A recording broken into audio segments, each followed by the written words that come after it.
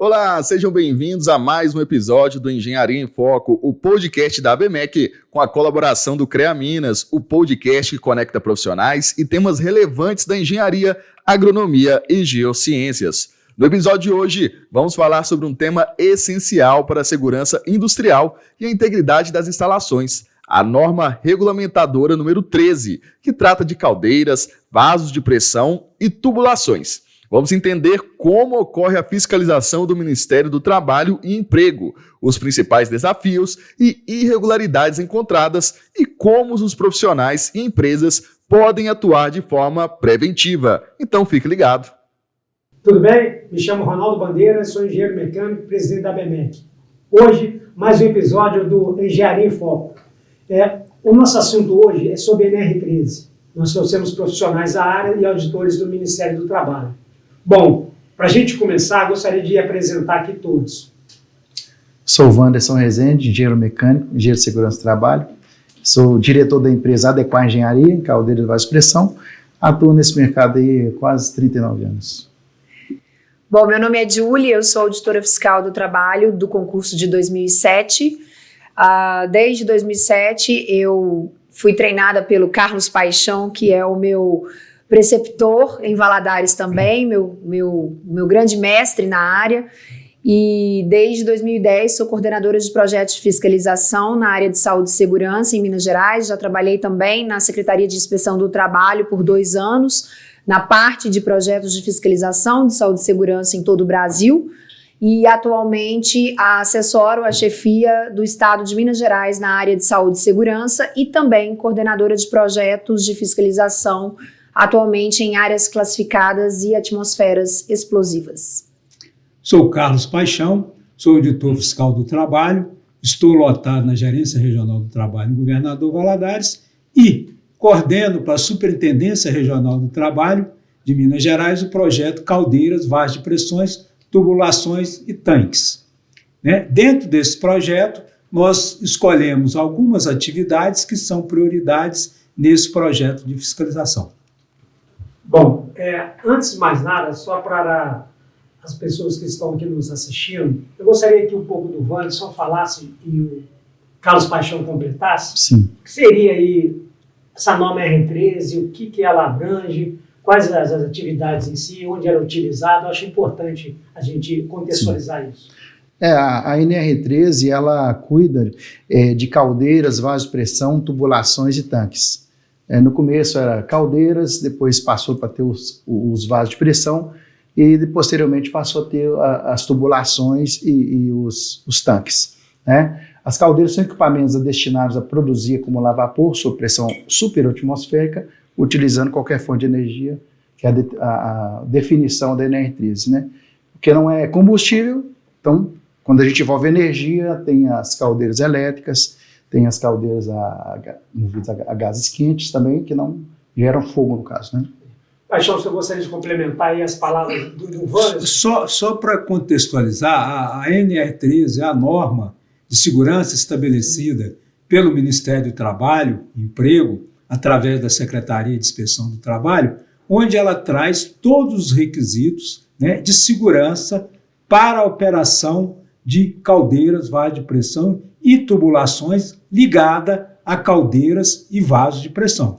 Não é tubulações de forma genéricas, são as tubulações ligadas a caldeira e vaso de pressão.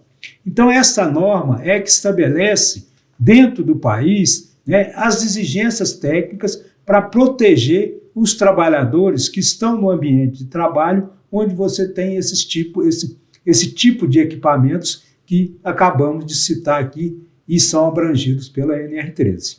Bom, eu gostaria de perguntar, Júlia, em relação à fiscalização, que é o que o Ministério do Trabalho realiza as fiscalizações. Eu gostaria de falar assim, como é que é a fiscalização, a parte, como vocês fazem, o que está em andamento, assim, a parte mesmo de gestão de vocês, se vocês têm parceiros, como é que vocês atuam no dia a dia nesses equipamentos que são tão perigosos? Então, junto com o Carlos Paixão, eu coordenei e coordeno esse projeto desde 2020, né? É um projeto que começou em 2020, exatamente porque nós percebemos a necessidade de trabalhar de uma forma coordenada, não só no estado de Minas Gerais, mas aí essa expertise que a gente desenvolveu, a gente levou para outros estados, né? Porque esse é um equipamento que está em várias atividades produtivas, né, espalhadas. Então, nós temos nos laticínios, nos fabricantes de cachaça, no caso de Minas Gerais, em indústrias de alimentos, enfim, várias atividades econômicas possuem esse tipo de equipamento. E aí nós verificamos a necessidade de primeiro levar a informação, a orientação. Então, fizemos aí o que a gente chama de notificação coletiva, né? Fizemos um documento indicando ali os principais itens que geralmente sai de uma empresa e entra em outras, são reiteradamente descumpridos, ou seja, estão irregulares quanto aos requisitos de segurança desses equipamentos. Então, nós expedimos essa notificação coletiva a diversas empresas dos setores econômicos que possuem esses equipamentos, concedendo prazos, ou seja, é uma possibilidade das empresas buscarem a regularização nesse período. Então, é uma estratégia que a gente entende que é muito interessante, porque nós fizemos palestras, e aí entrou o CREA, né? Nós chamamos na ocasião o CREA via ABMEC, no caso, para que a gente pudesse aí orientar melhor em parceria com os engenheiros mecânicos, que são os profissionais legalmente habilitados para fazer as intervenções e as correções nesses equipamentos, caso porventura seja necessário.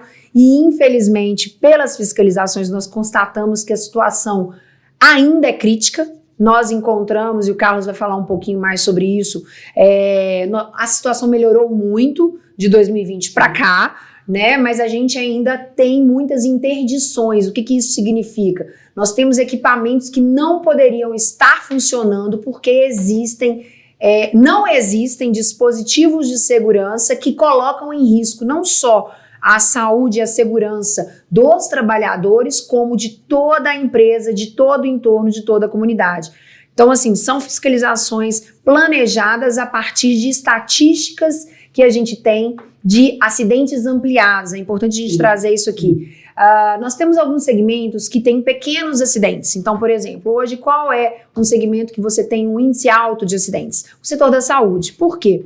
É uma notificação compulsória quando a enfermeira, né, machuca o dedo. Então, você tem acidentes de pequena monta, mas que, de alguma forma, não tem um impacto aí de um acidente grave ou fatal. Porém, nesses casos do nosso setor, a gente não pode ter acidentes, porque quando uma regap explode, quando acontece um acidente de um vaso de pressão numa outra empresa explodir, a gente tem não só o falecimento daqueles trabalhadores, como o risco de um acidente ampliado no bairro. Então, a gente fez esse projeto sabendo da necessidade da intervenção e de que a situação era crônica e necessitava, então, de parceiros como o CREA para nos auxiliar e a chamar os profissionais legalmente habilitados na responsabilidade aí de atuarem e corrigirem o que, porventura, estava errado. Você falou um negócio interessante aí, eu peguei a estatística do CREA, quando começou aquela parceria lá com o CREA, da sua fiscalização, nós tínhamos um número de RT aproximadamente 1.300, 2020 e 2021. Hoje, as RTs assim, específicas se aproximam quase de 9.000. Então mostra assim, o trabalho dessa parceria, mostrando que realmente tem algum engenheiro habilitado para fazer ali, ter a responsabilidade. É isso que a gente precisa. E a ABMEC sempre procura trazer esses treinamentos. Mas eu gostaria de perguntar aqui ao Vannes, gostaria primeiramente você, como uma pessoa da área, saber quais são as suas dificuldades mesmo no dia a dia. Assim, quando você chega para a empresa, vou fiscalizar, o problema é valor, eles se acham caro. Como é que a maior dificuldade sua de convencer o empresário da necessidade de aprovar a inspeção? Sim. Comentando sobre a fiscalização setorial, ela foi muito importante, porque vários clientes nunca tinham feito nada em caldeira, em vaso de pressão. Eu recebi uma notificação aqui do Ministério, do CREA, né? Isso aqui, para eles, é um terror, né? Receber qualquer notificação do Ministério, o Carlos Paixão é o terror lá de Valadares, né? A pessoa fala do Carlos Paixão já... Porque a fiscalização, ele é autoridade, né? Sim. Então o pessoal não tem conhecimento, ou eles são negligentes mesmo, vão deixando. Já teve muito cliente que eu fui prospectar, que eles dizem que, não, quando o fiscal chegar eu vou fazer, porque ele vai me dar um prazo. Entendi. Né? Então, às vezes, alguns pensam em esperar e sem se preocupar com a segurança ali da caldeira. Eles pensam que aquilo vai demorar muito, que nunca vai acontecer, que eles não têm fiscal para fiscalizar todo mundo. Então, tem essa... Mas para a questão, para convencimento do cliente, a gente vai mostrando a segurança, o risco de uma caldeira, risco de um vaso de pressão, quais os ensaios que eu vou fazer, mas ele fala, não, eu tenho que fazer, vou fazer com outro que é mais barato. Olha, você vai fazer, mas depois você vai ter que voltar para corrigir, que vai ficar muito mais caro, e se esse equipamento explodir, ele pode vitimar tanto você quanto seus funcionários, seus bens, tudo, né? Entendi. E outra coisa, se você fizer um trabalho inadequado, a sua seguradora não vai te pagar. Então, eu convenço tanto pelo lado técnico, quanto pela seguradora, né, e pelo risco mesmo de vida que eu tenho. Entendi. Agora, Paixão, ele está falando aí que ele tenta fazer o trabalho dele, que é colocar caldeiras, exaustores de pressão e segurança.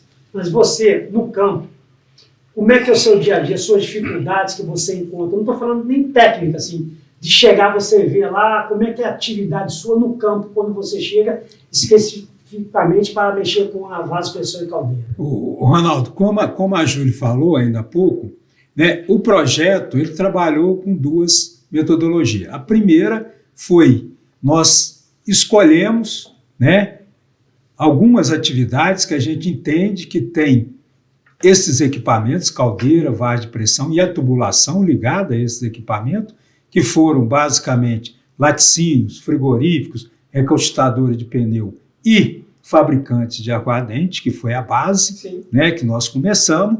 E o que acontece? A primeira metodologia, o primeiro passo foi criamos uma notificação coletiva e fizemos o levantamento das empresas que estão dentro dessas atividades econômicas, enviamos para elas e orientamos que posteriormente seria feita a fiscalização presencial. Por quê?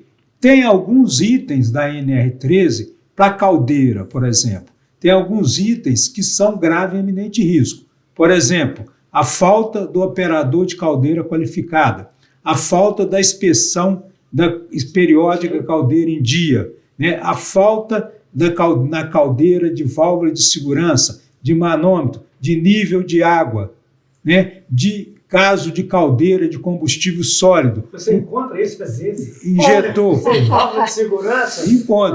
Encontra e muitas vezes não é só sem válvula de segurança. Muitas vezes tem a válvula de segurança, mas a inspeção periódica de segurança é que vai demonstrar que a válvula de segurança está funcionando. Por quê? Porque ela pode estar travada por causa de material que acumulou. Por quê? A caldeira também tem que ter, né, o tratamento da água para ela poder operar, porque ela não pode ver mineral. É diferente da gente tomar uma água mineral. A caldeira não pode ter mineral na água que vai trabalhar na caldeira. Então, esses são os problemas. O vaso de pressão, por exemplo, né? Muito comum, vaso de pressão de pequeno porte, falta de válvula de segurança, manômetro estragado, né? É muito comum a gente. E, principalmente, a falta de inspeção de segurança. Então, falta desses elementos na caldeira e no vaso de pressão. E um outro exemplo que eu vou chamar a atenção é o seguinte: toda tubulação ligada à caldeira ou vaso de pressão, ele também tem que ter válvula de segurança.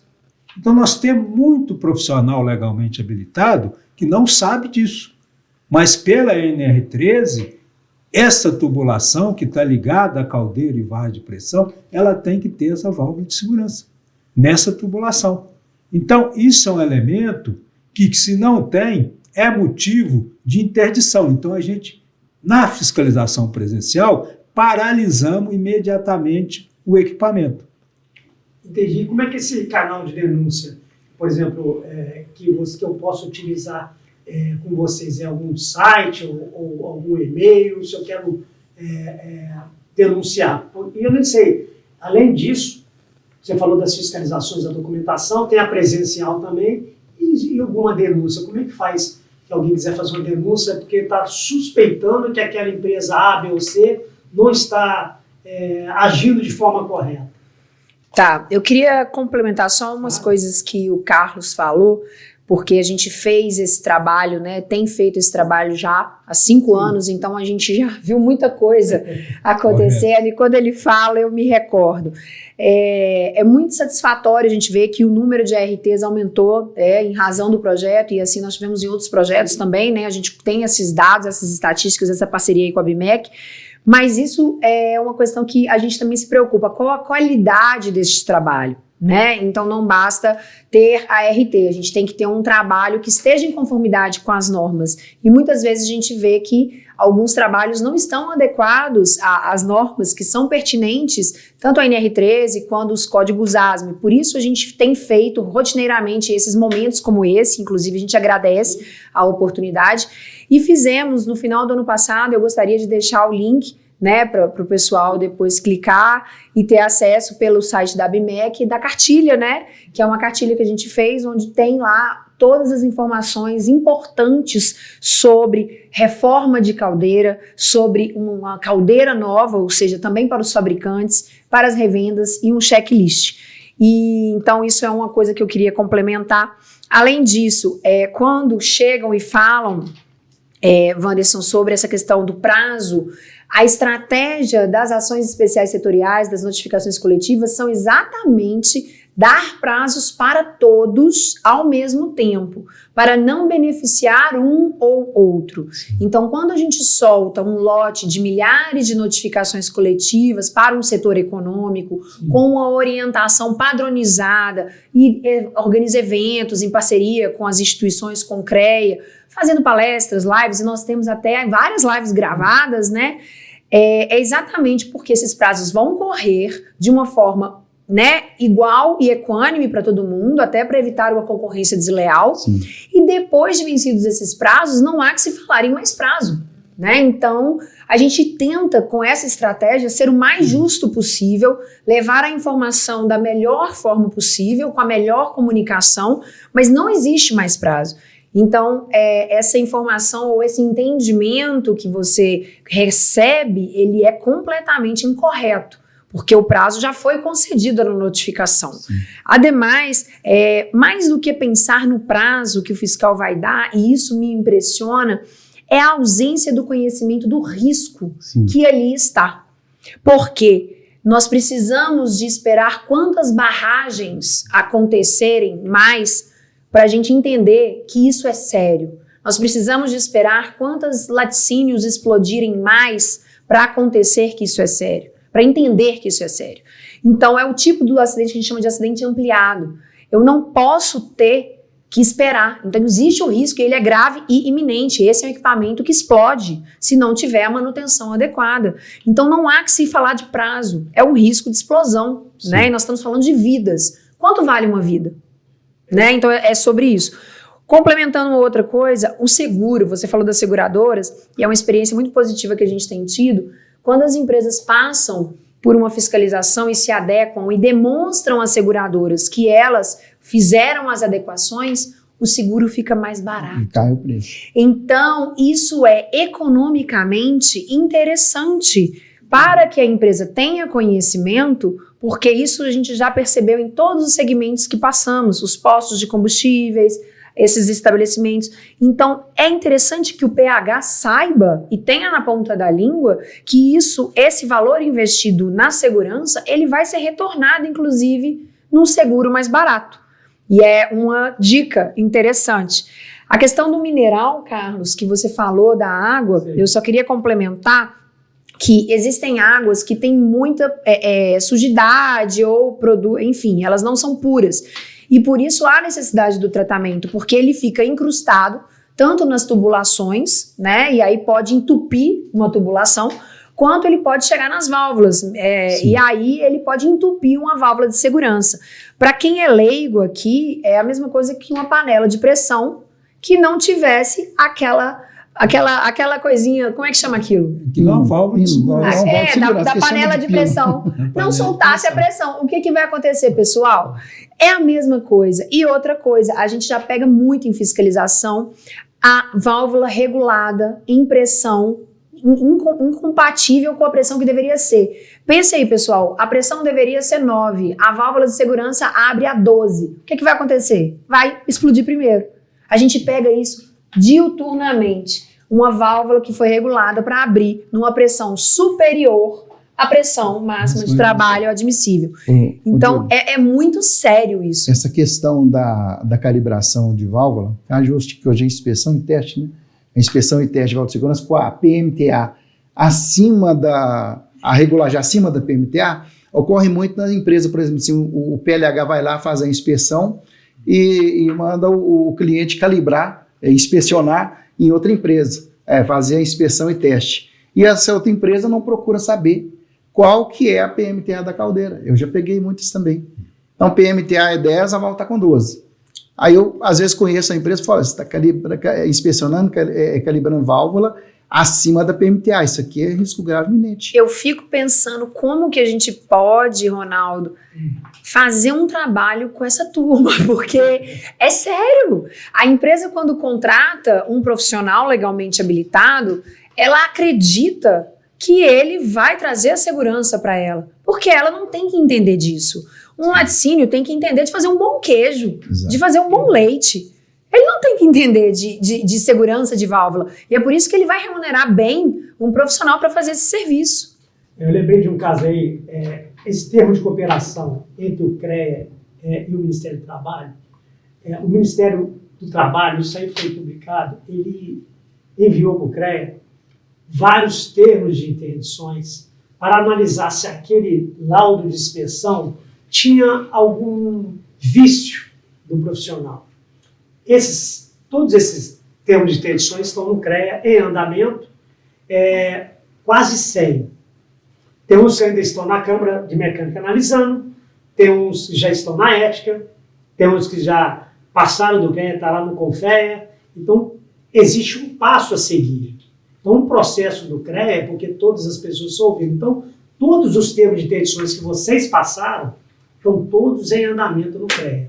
Mas demora o prazo, né? Entre vocês são ritos, né? O profissional tem que todo rebater. Então, tudo que vocês fazem é para o setor. Eu não vou falar nem... O mais importante é a vida ali das pessoas. Sim. Mas o mais importante, eu até queria te perguntar, Júlio, você que passa isso, quando vocês interditam a caldeira, você deve passar por isso, como é que a empresa, como é que fica lá? Eu acho que deve ser um negócio terrível, que ela vai parar de produzir pelo menos por um período. Sim, na verdade, assim, os critérios da NR13 são bastante objetivos, né? Então, a gente só interdita a caldeira ou vaso de pressão em situações graves, onde inexistem determinados equipamentos de segurança. Sim. Então, não é uma questão subjetiva do auditor fiscal. Ele é obrigado a parar aquele equipamento. Se aquele equipamento for o único equipamento da linha de produção, porque nós temos empresas de vários portes. Nós temos empresas que têm várias linhas, então aquele pode ser uma das linhas, e aí eu não vou parar a empresa toda, né? Às vezes é uma linha só. Agora, sim, é uma empresa de menor porte, né? Que aquele equipamento é a matriz de água, né? De vapor daquela linha de produção, seria irresponsável e nós não poderíamos incorrer até, né, em responsabilidade funcional não parar aquele equipamento, porque a norma é clara. Entendi. Ela traz os requisitos objetivos. Se não tiver válvula de segurança, a questão do operador. A gente já chegou em empresa que não tinha um operador da caldeira. Aquilo ali para explodir, né? Sensor de nível de água, a água vai acabar, a caldeira vai esquentar e vai explodir. Então, assim, são questões graves. Essa questão, complementando aqui, essa questão do operador, muitas empresas têm, o operador tem o curso teórico de 40 horas, mas não tem estágio. Aí tem 4, teve empresas já que tinha lá operadores com 10 anos trabalhando na caldeira, só fazendo reciclagem, e aí chegou a fiscalização, pediu a prática profissional, que é o estágio supervisionado, procura daqui, procura, não tem, parou a fábrica. Ronaldo, pra você ter ideia, complementando o que a Ju e o Anderson falou, eu já tive situação de eu chegar na empresa, a empresa ter demitido o operador de caldeira, tá? Eu cheguei, que eu fiz? Interditei a caldeira e ele teve que recontratar o mesmo operador de caldeira que ele tinha demitido. A sorte que era uma cidade de pequeno porte, né? E o operador de caldeira continuava morando na cidade fazendo outras atividades. Deu para resolver rapidinho. Deu para resolver com 3 dias, né? Só pagar o dobro e voltou. Isso. Aí também a barganha. Eu tô te devendo uma resposta, Ronaldo, sobre as denúncias, né? Eu organizei aqui o raciocínio, mas é que eu queria complementar algumas coisas aqui que os colegas falaram.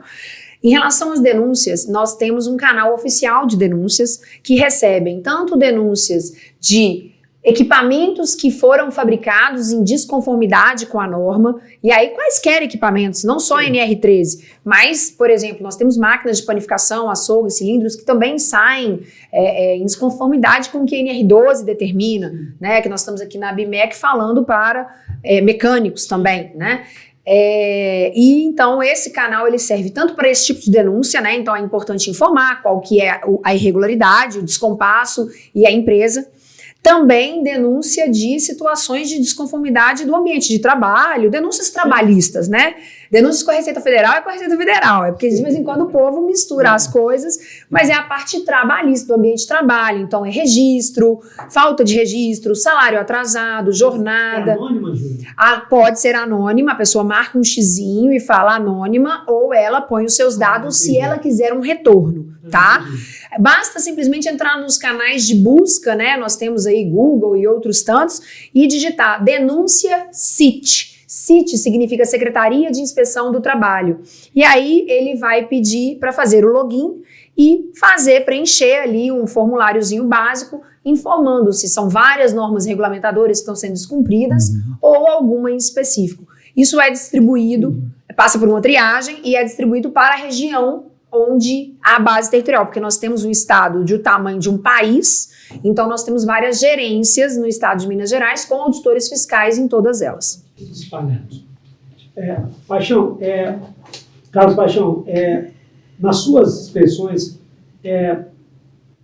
o que você vai mais ver nas interdições propriamente ditas? Você já falou na falta de operador, a falta de inspeção, e se você já comentou, você tem mais alguma que você encontra? Porque a NRT já determina, mas o que você mais encontra além dessas duas? Não, as normas de segurança, a única que estabelece situações que são passíveis de interdição é a NR13. Sim. Que a NR13 elenca quais aquelas situações, ou seja, quais dispositivos e situações que cabem à interdição, porque é considerado gravemente risco. As outras NRs, ela fica a critério do auditor fiscal, então nós temos uma NR, chama NR3, que trata de embargo e interdição, e ela dá os requisitos técnicos para que eu possa fazer as interdições. Por exemplo, né, outros tipos de máquina e equipamento, o Júlio citou, máquinas de padaria, máquinas de açougue.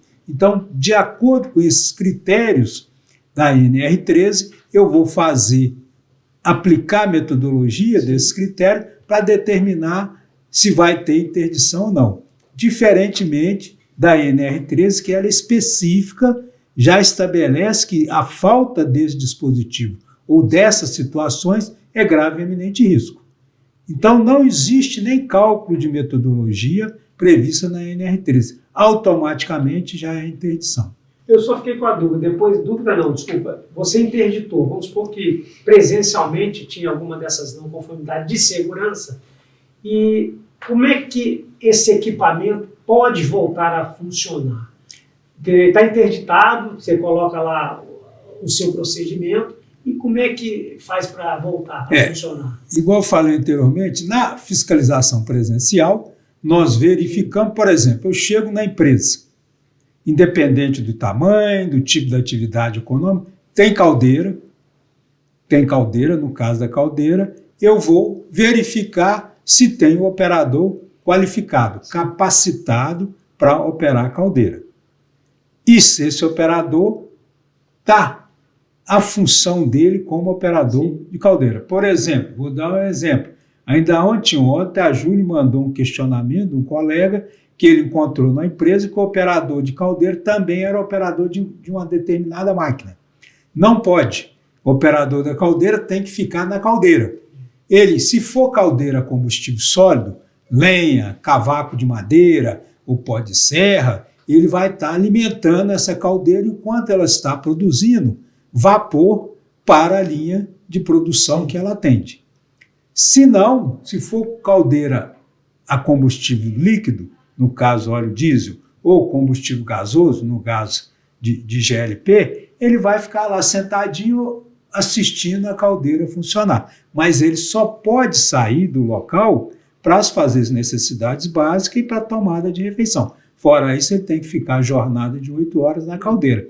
Obrigatoriamente, ele não pode sair da caldeira, a não ser para essas duas situações. E como é que faz depois para voltar? Chegamos, não tem operador, ou a inspeção periódica, que no caso de caldeira é anual, não está atrasada, não precisa nem ter. Por exemplo, eu fiz a inspeção periódica em agosto de 2024. Tá. Tinha que ter feito a nova em agosto de 2025. Sim. Eu cheguei lá em outubro de 2025. Ela não foi feita anualmente. Então, só o atraso já é gravemente risco. Então, a gente lavra o termo de interdição dessa caldeira e manda paralisar a caldeira, ou seja, desligar a caldeira, né? Se for combustível sólido e gasoso, é só cortar o combustível. Se for combustível sólido, tem que esperar queimar o combustível, não alimentar mais, para ela paralisar. Feito isso, o prazo para liberar, para suspender essa interdição, quem faz é a empresa. Por exemplo, se é falta do operador, ou ela vai contratar um operador que já é capacitado, ou ela vai treinar algum trabalhador para ser operador de caldeira. Para ser operador de caldeira, ele tem que ter, no mínimo, ensino médio, hoje em dia. E ele vai ter a parte teórica, que é que o Wanderson dá esse treinamento, e a parte prática na caldeira que ele vai operar. Feito isso, ele solicita a suspensão da interdição, anexa esse documento, a gente vai analisar esse documento, por quê? Uma coisa que a gente vai olhar, qual a pressão máxima de trabalho admissível dessa caldeira, PMTA? Está igual ao prontuário da caldeira, que é vamos dizer, que é a vida da caldeira, né, fornecido pelo fabricante, se está igual, se essa válvula de segurança houve uma calibração dela, que ela tem que ser feita anualmente, essa calibração, para ver se atende, né, os requisitos para a gente poder liberar. Se foi a falta do operador, é o certificado de capacitação desse operador. Se a falta do relatório de inspeção periódica de segurança, é o relatório. Aí nós liberamos a caldeira para voltar a funcionar. Mas vocês voltam na obra ou não? Se for o operador, ele contratou o operador, porque às vezes, igual ele falou, pode estar em outra função, mas existe lá. Mas vocês voltam na obra para verificar isso? Não, no caso de documental, aí não há necessidade de voltar. Entendi. Por quê? Porque ele vai enviar o documento, eu vou conferir, está tudo certinho. Né? No caso de outra situação, falta da caldeira de combustível sólido, falta do injetor auxiliar de água, aí eu tenho que voltar para verificar. Né? Falta do... É muito comum o visor de nível de água está sem permitir a leitura da água. Você não consegue enxergar a água dentro do visor. Então eu tenho que voltar para ver se foi colocado o tubo, o visor é um tubo de vidro. Se foi colocado um novo, que eu possa enxergar o nível de água. Aí tem que voltar. Ô, Ronaldo, teve uma situação que eu fui contratado para ministrar o treinamento prático, né? E eles estavam interditados, né? Então, quando eu comecei... Você foi lá para fazer o trabalho? Exatamente, fazer o estágio supervisionado. Só que eu fiquei sabendo lá que já tinha tido um outro profissional que havia sido contratado para fazer o estágio, foi lá 2 horinhas e não voltou mais. E o fiscal voltou e não tinha ninguém lá. O cara não estava lá, estava dentro do período de estágio, ele não estava. Então, aí eles me contrataram, ficar o prazo, as 60 horas lá, que era categoria B, e o fiscal voltou lá de novo, para ver se eu estava lá. porque não estava acreditando, né? Essa questão é muito interessante, complementando, as interdições são uma medida do limite, mas é porque a situação está no limite. Então a empresa está correndo risco mesmo, é um grave iminente risco. Então nós temos que parar aquela máquina, aquele equipamento. E aí a suspensão ela só acontece após cumpridos ali os requisitos das instalações dos equipamentos que fazem com que aquele equipamento volte a operar com segurança. O que a gente vê é que o auditor fiscal, ele busca e sabe da problemática total de uma interdição. A gente sabe que está sendo parada uma linha de produção, uma empresa. E aqueles trabalhadores, eles têm que continuar recebendo seus salários, eles podem ser deslocados para outros setores, então não necessariamente tem que ir para casa, né? Eles podem fazer outras atividades durante esse período. E a gente tem o maior compromisso de que, tão logo a empresa conserte, adeque aqueles equipamentos, ela enviando a documentação que é requerida no próprio termo de interdição, nós já analisamos e prontamente nos deslocamos. Inclusive, é uma prioridade em termos de deslocamento de carro, motorista, diária, é uma prioridade porque o Ministério do Trabalho sabe que um equipamento parado gera toda uma problemática na empresa. Então é um comprometimento, mas a gente tem o primeiro compromisso com a prevenção e com a vida. Então a gente sim volta, a não ser que seja, como o Carlos falou, uma questão que faltou um documento muito importante. Mas geralmente a parte de saúde e segurança toda é mais meio ambiente de trabalho. Quando a gente fala de prensas que precisam de proteções, então a gente vai testar essas proteções para verificar, inclusive, a eficiência daquilo que foi instalado. E muitas vezes, infelizmente, são proteções que foram instaladas inadequadamente para a tristeza do empresário que contratou, às vezes, uma questão. Só por fim, a questão dos treinamentos que o Wanderson falou, o auditor fiscal realmente tem um compromisso muito sério com essa questão do operador, porque o operador está operando no front. O equipamento ali. Se ele não souber operar aquilo direito, imagina. E nós, todos os treinamentos de saúde e segurança têm que ser dados durante o período de trabalho, né? E a gente, claro, a gente verifica que muitas vezes ou eles são dados fora do expediente, num final de semana, ou mesmo nas férias do trabalhador. Então, são questões que a gente realmente tem que alertar, porque ele é como se trabalho fosse, né? E outra coisa, a empresa tem que ter no mínimo 2. Por quê? Nós vamos ter um operador que tira férias. Quem vai assumir o seu posto de trabalho? Adoece.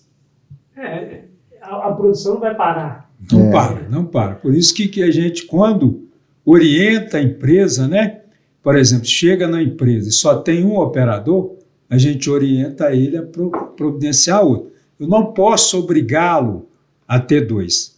Só que ele corre o risco, se chegar uma fiscalização, a hora que ele tiver de férias, ele vai estar desassistido e vai ser interditado. E ele não pode mandar o operador que está de férias voltar, porque ele está de férias. Então ele tem que ter 2 operadores. Ele pode até ter um operador que faça uma outra função.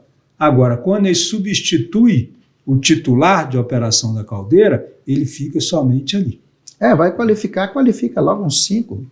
Eu faço treino teórico, prático, lá na caldeira mesmo.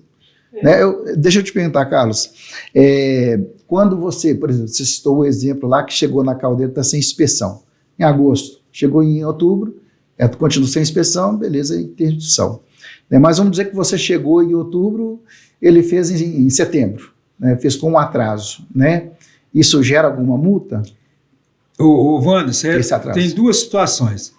Ele fez atrasado, não gera interdição porque ele fez. Agora a multa, por ele ter feito atrasado, ocorre a multa por ele ter feito atrasado. Sim, eu vi essa situação que aconteceu, o cliente fez atrasado, ele não tomou a multa de atraso, mas tomou de que as válvulas de segurança não tinham sido inspecionadas com um intervalo de 1 ano. Tomou. Agora, eu queria só voltar, você falou das interdições, as principais causas, mas nós temos também um outro fator. Eu me lembro lá no CREA, eu vi que na hora que vocês mandaram os termos de interdições, vocês pediram, como eu falei aqui, para dar uma analisada nos laudos que os profissionais estavam fazendo. Me lembro, Júlio, eu estava lá, foi você e o Marcos, foram na Câmara de Mecânica, pedir, falar assim, quando vocês entregaram toda essa documentação de laudo, para que o CREA avaliasse lá.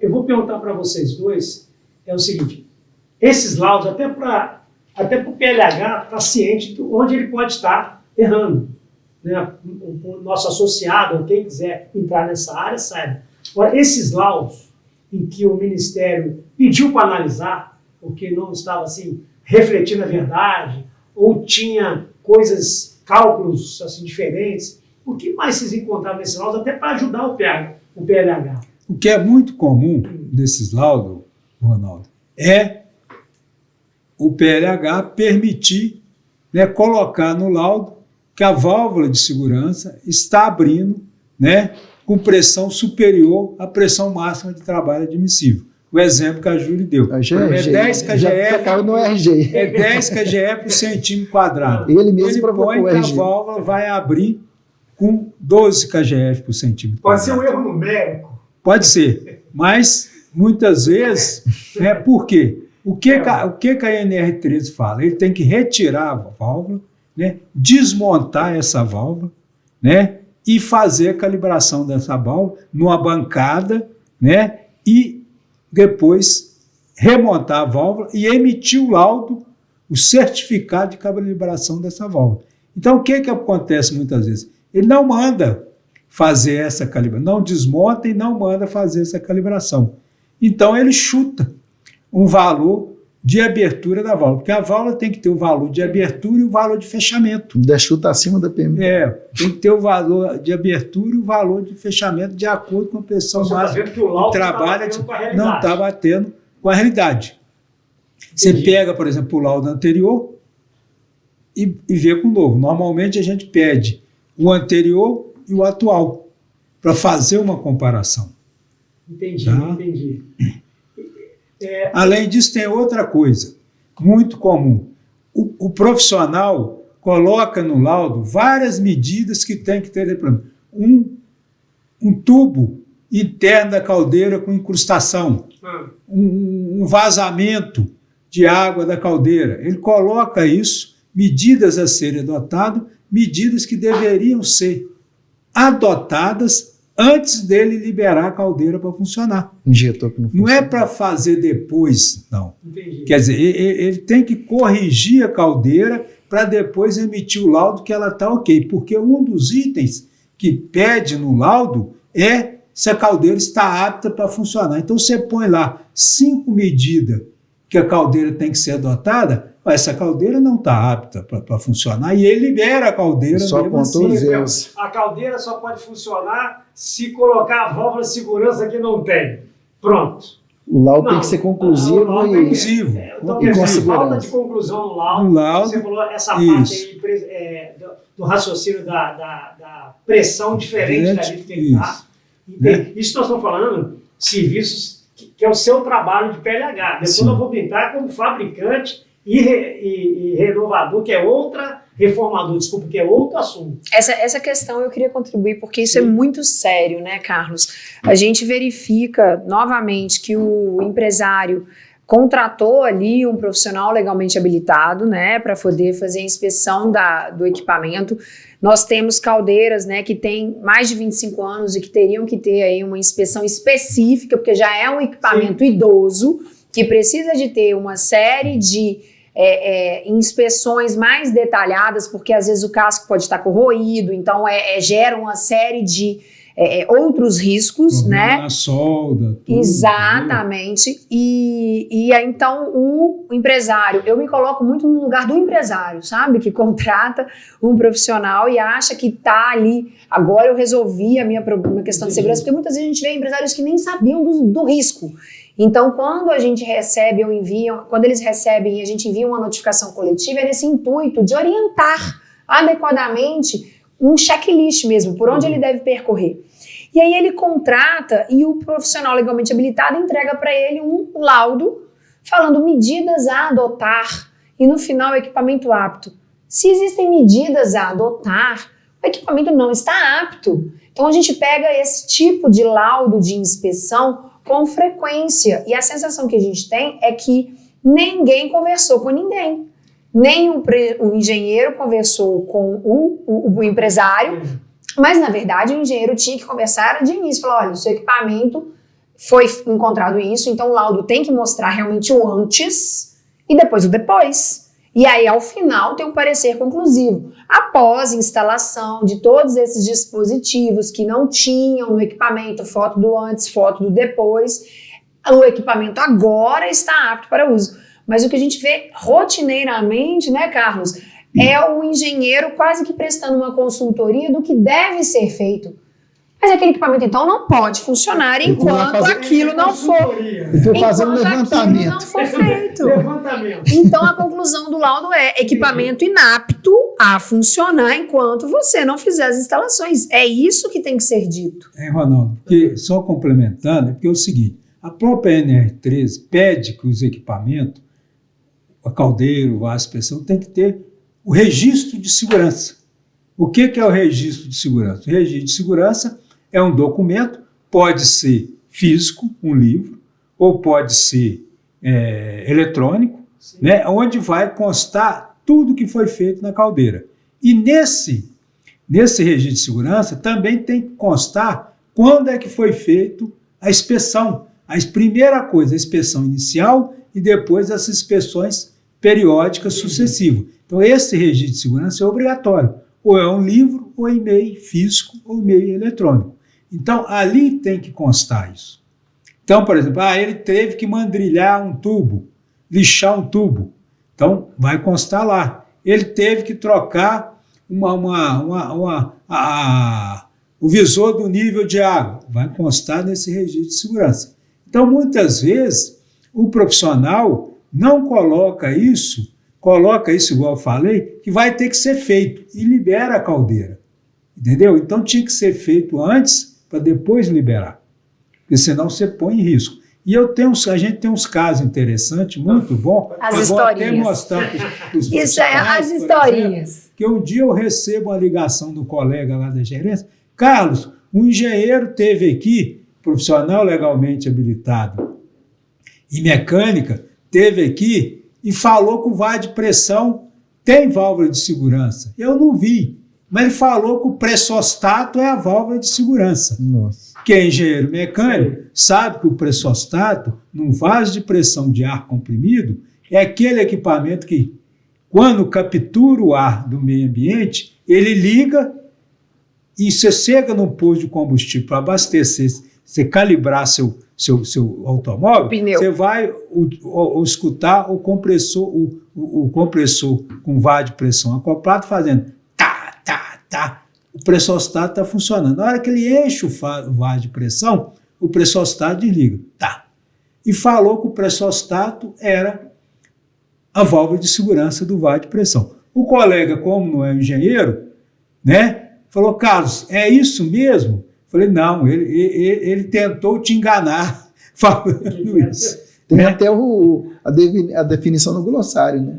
O que é dispositivo de segurança. Mas olha só. Não depende de energia externa. Você executa esse serviço. Então vai uma pergunta para você que é a seguinte. Você está fazendo a inspeção na caldeira e aconteceu isso que eles estão falando aí. Quer dizer, a válvula de segurança não está. Ele te contratou para você resolver. Sim. Ele te contratou para... Não fazer levantamento. Aí você vai lá, vê que aquela válvula ali não está.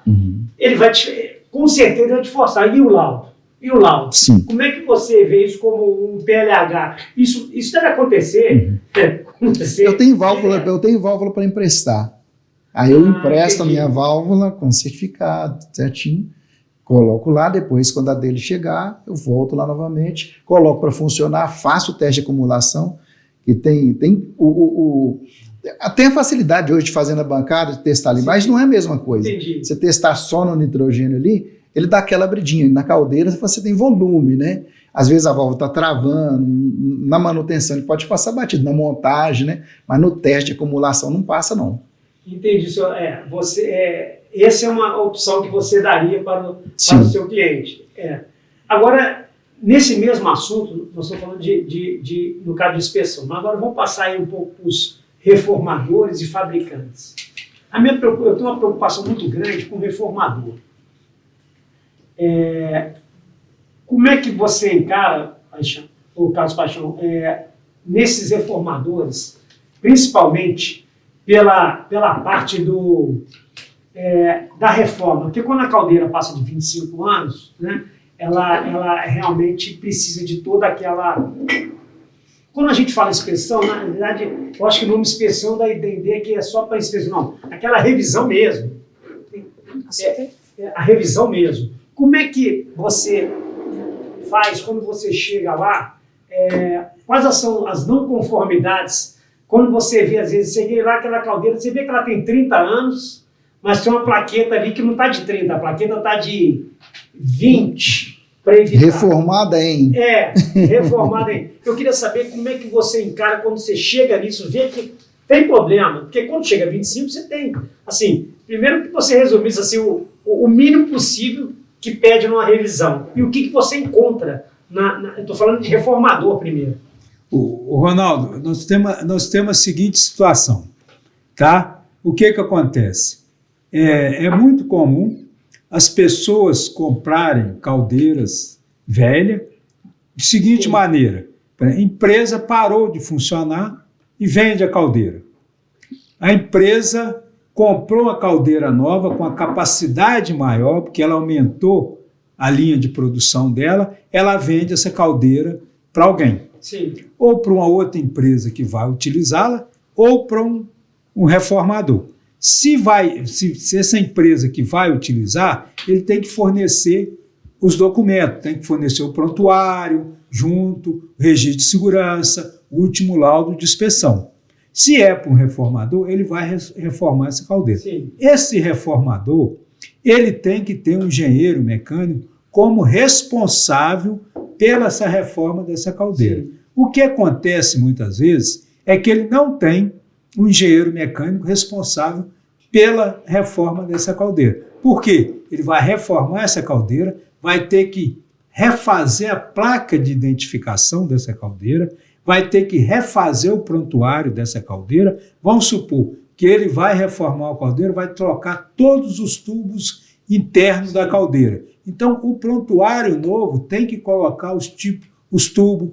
Quem é o soldador que fez a soldagem das partes da caldeira, qualificação do soldador. É o par, né? Tudo isso, né, você tem que ter no projeto de reforma. Você tem que ter um projeto técnico de reforma feito por um profissional legalmente habilitado, ou seja, por um engenheiro mecânico. O que eu já encontrei muitas vezes em projeto de reforma de caldeira? A caldeira, né, deverá usar o tubo XYZ. A caldeira deverá ter a solda isso. Falei, gente, é um excelente estudo de TCC. Agora não é um projeto de reforma, porque o projeto de reforma ele tem que ser determinante. A caldeira vai usar a solda, está feito pelo senhor Antônio Joaquim da Silva, que é o soldador qualificado com certificado de soldador. Então, o projeto tem que ter isso. Então, qualquer reformador de caldeira pode reformar? Pode. Ele tem que ter o projeto de reforma desse caldeira. E o projeto é específico para o tipo de caldeira. A caldeira combustível sólido, a caldeira combustível líquido e a capacidade da caldeira. Eu não posso ter um projeto de reforma genérico. Entendi. Ele é para o tipo de caldeira. E o que acontece é que você tenha trabalho de TCC que o profissional legalmente habilitado, infelizmente, assina, né? Entendi. E fala, não, deverá ter soldador capacitado, deverá ter... Não, tem um soldador capacitado, seu fulano... É a diferença da prescrição, né? A gente vê muito isso, né, Então, o grande problema que a gente encontra em reforma é isso. Aí tem que pôr o tipo de aço que é utilizado. Por exemplo, você tem que trocar uma parte da caldeira, a chapa da caldeira. Qual o tipo de aço? Eu não tenho um prontuário antigo. Então, o profissional vai ter que estudar para determinar qual o tipo de aço da chapa. Não é uma coisa simples, né? É um estudo. É um cálculo. Que tem que ter. Tem que pegar a ASME, né, seção 1 de caldeira e ver quais os tipos de aço que ele pode usar para a capacidade daquela caldeira. Lembrando que a gente já achou chapa de portão sendo usada em caldeira reformada. Então, assim, é muito sério. É muito sério. O incrível é que as caldeiras reformadas normalmente não tem a placa do fabricante, né?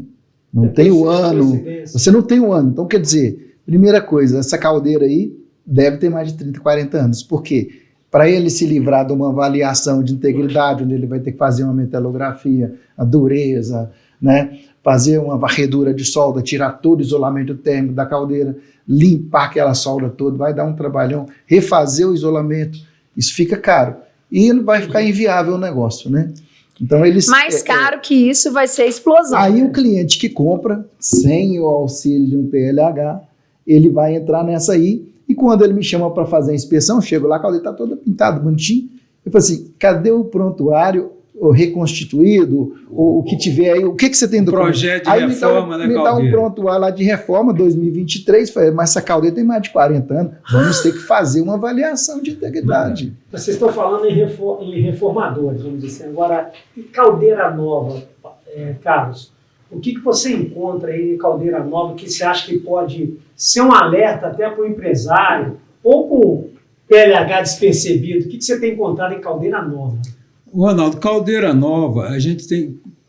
Se o fabricante tem o projeto da caldeira, faz o teste hidrostático durante após, né, a montagem da caldeira, né, nós dificilmente encontramos problema.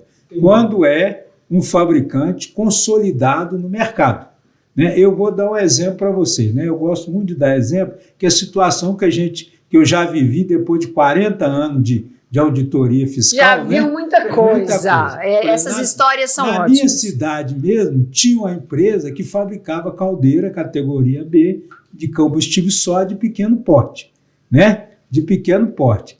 Só que, né, ela não tinha projeto dessas caldeiras. E esse projeto, a que fabrica caldeira que é séria, esse projeto, ela tem, né, no INPE esse projeto para ninguém copiar o projeto dela. Ele não tinha projeto de nada.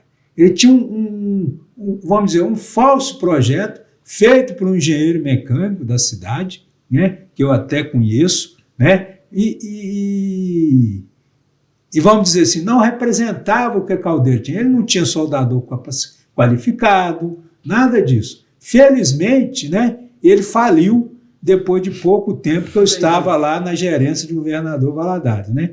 Graças a Deus ele faliu. Falar que ele é o terror de Valadares? Fabricar caldeira, né? Graças a Deus. Mas de vez em quando ainda encontro uma dele, fabricada por ele, funcionando. São caldeiras categoria B, de pequeno porte. Aí é aquilo que o Wanderson falou. Tem que ter a inspeção extraordinária, porque ela tem mais de 25 anos. Aí ele tem que fazer ensaio não destrutivo, tem que tirar um pedaço da chapa, fazer metalografia, né? Fazer ensaio não destrutivo dos cordões de solda, fazer tudo isso, né?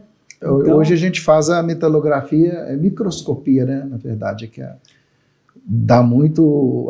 Você pode inserir um problema na caldeira fazendo aquela destrutiva, né? Tira o pedaço, depois vai ter que pôr um soldador qualificado. A gente faz a microscopia.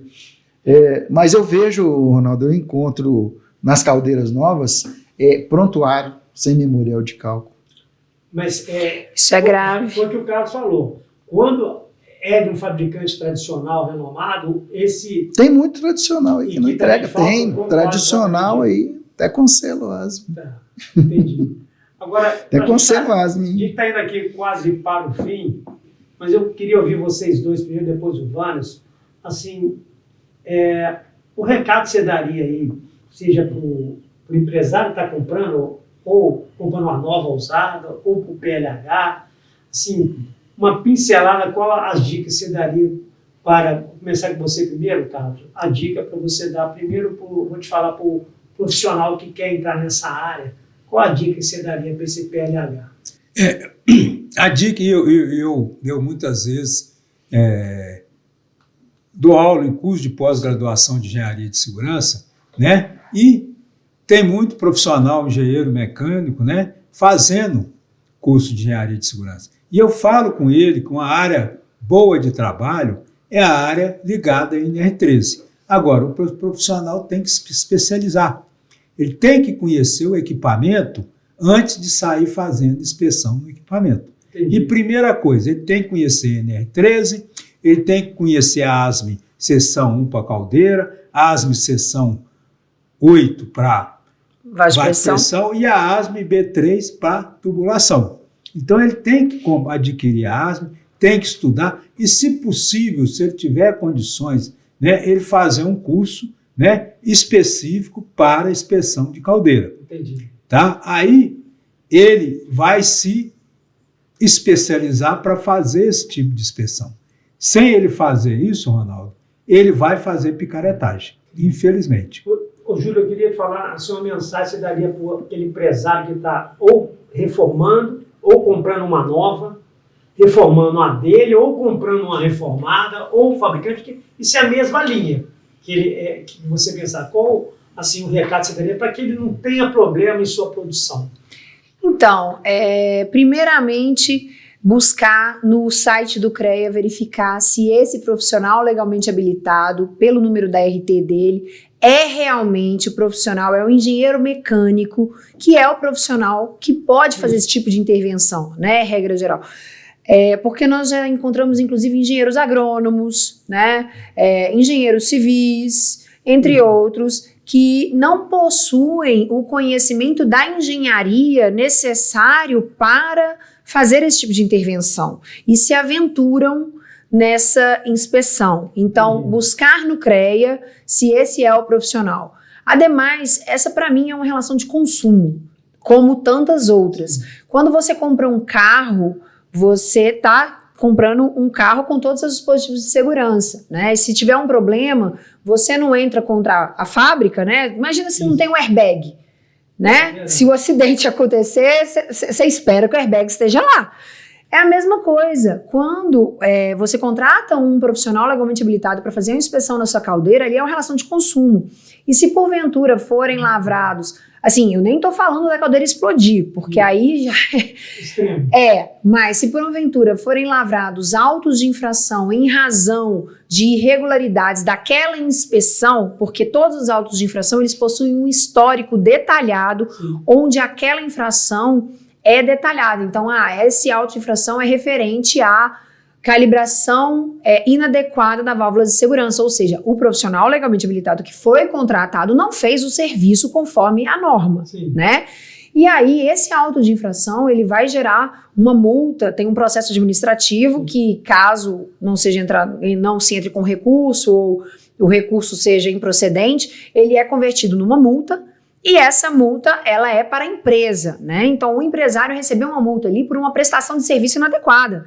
A nossa orientação é que ele cobre do profissional. Então, no ato do contrato, da contratação dos serviços, é uma forma de se resguardar, ele colocar uma cláusula de que, em caso de multas referentes à inadequação do serviço prestado pelo PH em descompasso com a norma, essa multa deverá ser ressarcida pelo PH. É diferente de um profissional legalmente habilitado que fez o trabalho dele, vira para a empresa e fala, olha, esse equipamento precisa desse dispositivo, e o empresário, por algum motivo, não quer ou não vai instalar naquele momento. A multa, então, não foi feito o auto de infração em razão de um serviço inadequado do PH. Ele demonstrou que é necessário ser feito e a empresa optou por não fazer. Providência do proprietário. Então, isso tem que ficar bem claro. Nem todos os autos de infração são de responsabilidade de imprudência, imperícia ou negligência do PH. Muitas vezes o empresário não instalou um banheiro, conforme a NR24, não fez um exame admissional, mesmo o médico orientando que deveria ter sido feito no prazo. Então, não são todos, mas sim é uma relação de consumo. Ronaldo, só complementando a pergunta que você fez, por exemplo, vamos supor, eu sou empresário, vou comprar uma caldeira para trocar a minha, porque a capacidade já não está me atendendo. Vou comprar uma caldeira reformada. O que eu deveria fazer? É igual você comprar um carro usado. Você não leva no seu mecânico de confiança para fazer uma avaliação? É a mesma coisa, ele contratar um profissional legalmente habilitado para avaliar essa caldeira lá na fábrica ainda, se ela atende tudo aquilo que ele precisa, com a idade dela, se o projeto de reforma está atendendo, que é a NR13, tem, se ele tem todos os dispositivos. Então, o correto é fazer isso. Até para uma caldeira nova, o correto é você pegar um profissional legalmente habilitado que conheça todos os requisitos da NR 13, da ASME, seção 1, para fazer essa avaliação para você e falar, não, essa você pode adquirir, que você não vai ter problema. O certo é isso. Eu sou representante comercial também, né? Fazendo meu merchandising. Então, vendo caldeiras novas. Aí eu cotei a caldeira para o cliente, tá lá, não, tô vendo, tô cotando em orçamento, ó, vamos fazer uma equalização, vamos comparar tudo, né? Aí passou um tempo, ele sumiu, deixei para lá, a caldeira nova chegou, vem fazer a inspeção. Ué, chegou? Fazer a inspeção da caldeira. Quando eu abro a porta da fornalha, caldeira velha. Essa caldeira nova tem mais de 40 anos, cara. É difícil. Bom, a gente finalizar aqui, vamos começar por você, só falar suas últimas palavras aí. Sim. Fica à vontade. Bom, primeiro tem que agradecer o convite, agradecer o Ronaldo Bandeira, a BMEC, o CREA, ao Ministério do Trabalho, os auditores que vieram prestigiar o nosso podcast, né? E também dizer a questão dos profissionais que vão entrar na área de NR13, que isso não é brincadeira, né? Tem que fazer, eu faço um curso na Bend, que é muito bom o curso, tem que fazer um investimento inicial, né? Tem a certificação que ainda é voluntária do Ministério do Trabalho na NR13, que deveria ser compulsória para melhorar isso aí, né? No mais, agradecer a todos aí a participação. Obrigado. Ronaldo, eu gostaria de agradecer ao BMEC essa oportunidade, né, de nós, da Inspeção do Trabalho, estar divulgando a NR13 aqui, o nosso trabalho em relação às fiscalizações de caldeira, vaz de pressão e tubulação. Eu gosto de chamar a atenção porque o pessoal muitas vezes esquece, quando vai fazer a inspeção, né, da tubulação. Então, determinadas empresas, você tem esses 3 dispositivos. Então, você tem que ter a inspeção da caldeira, a inspeção do vaz de pressão e a inspeção da tubulação. Né? Não é chegar, tem caldeira, faz só da caldeira e esquece o resto. Por exemplo, nós temos vasos de pressões com vários tipos de produtos que são armazenados em vaso de pressão. E nós temos um que foi até um caso no podcast aqui da BMEC, que foi de amônia, que é extremamente tóxico e mata as pessoas. Então, quer dizer, a inspeção dele, dos vasos de pressão, né, que contém amônia, é muito importante. E agradecer essa oportunidade de a gente estar divulgando aqui, né, o trabalho da auditoria fiscal, junto com essa parceria com a BMEC. Obrigado, Carlos. Júlia. Nós queremos agradecer. Eu acredito fortemente que a comunicação ela é, com certeza, uma ferramenta muito importante, estratégica, e acredito que a gente tem que levar esse trabalho não só para o CREA Minas, mas para o Confea, porque nós temos esses riscos, esses períodos e a necessidade dessa informação em todo o Brasil. Então, já fica aqui registrado o nosso pedido de ampliar, levar, divulgar esse material, que eu acho que esse trabalho, esse bate-papo aqui foi muito rico, né? E eu acredito também que o papel da inspeção do trabalho, isso inclusive não é uma questão de crença, mas está no nosso regulamento de inspeção do trabalho, então é uma missão, é a orientação também, é o trabalho preventivo. Então isso que a gente está fazendo aqui está no nosso escopo de trabalho. O auditor fiscal do trabalho, ele deve orientar, existem estratégias de orientação, palestras, eventos, cartilhas, tudo que a gente pode fazer para contribuir, de levar a melhor informação, né, do que a gente vê no dia a dia aí, para que não ocorra um acidente. E aí, nosso objetivo maior é quando a gente tem um tipo de projeto como esse nosso, que a gente soltou as notificações, orientou, fez palestras, tem vários vídeos, é exatamente quando a gente chegue na empresa, esteja tudo regularizado e o risco eliminado. Que o nosso objetivo maior e a nossa grande satisfação é não lavrar sequer um auto de infração, é não ter um equipamento interditado. Esse é o resultado mais feliz e satisfatório do nosso trabalho, porque significa que tudo isso que a gente fez aqui gerou um resultado, né? Então, a gente não quer nem gosta de lavrar autos de infração, analisar acidentes fatais, é muito triste, muito doloroso, são famílias, né? São vidas que são ceifadas. Então, a gente acredita muito no poder da comunicação e nesse tipo de trabalho que a BMEC está fazendo aqui. Meus parabéns. Obrigado. Bom, Wanderson, muito obrigado pela sua atenção. Você ao nosso suporte técnico lá da BMEC. Sempre que eu solicito vocês, está sempre disponível. Estou à disposição. E agradecer ao Ministério do Trabalho, em nome de vocês, Júlio e Carlos Paixão. E agradeço bastante o Marcos, eu chateio muito ele. Eu fui lá pessoalmente já umas 2 vezes pedir a presença de vocês. Mas, como você falou, é um trabalho que não pode parar. Com certeza. A BMEC, nós temos um torno de 4 a 5 cartilhas disponíveis no site abmec.com.br/cartilha. Está lá disponível. Além disso, no final do ano, eu vou fazer mais cursos de amônia, de NR13, de NR12, que é a FIA aí da parte de NR13. Então, nós estamos disponíveis lá também para qualquer dúvida. E muito obrigado. Engenharia em Foco, com o podcast termina hoje aqui. Um abraço. Agradeço muito aos nossos convidados por compartilharem conhecimento e experiência sobre esse tema tão importante. E a você, obrigado por nos acompanhar. Continue seguindo o Engenharia em Foco nas plataformas de áudio e nas redes da ABMEC. Encontro você no próximo episódio. Até lá!